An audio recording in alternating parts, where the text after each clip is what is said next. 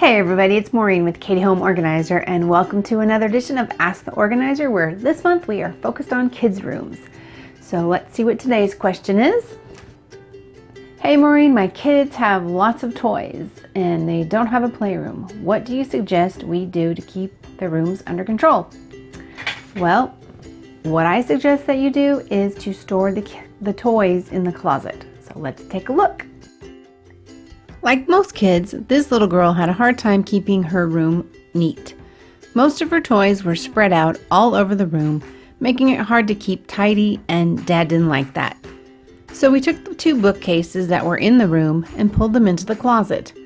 We stored toys and books that were okay for her to access at any time at an accessible height. And the messier toys were stored up higher so only Mom could get them down. This made it easier for Mom to monitor the mess and to make sure that the room got cleaned up. Mom, Dad, and daughter were all very happy.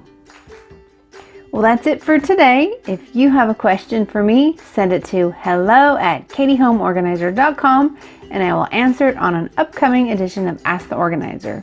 Until next time, have a super sparkly day.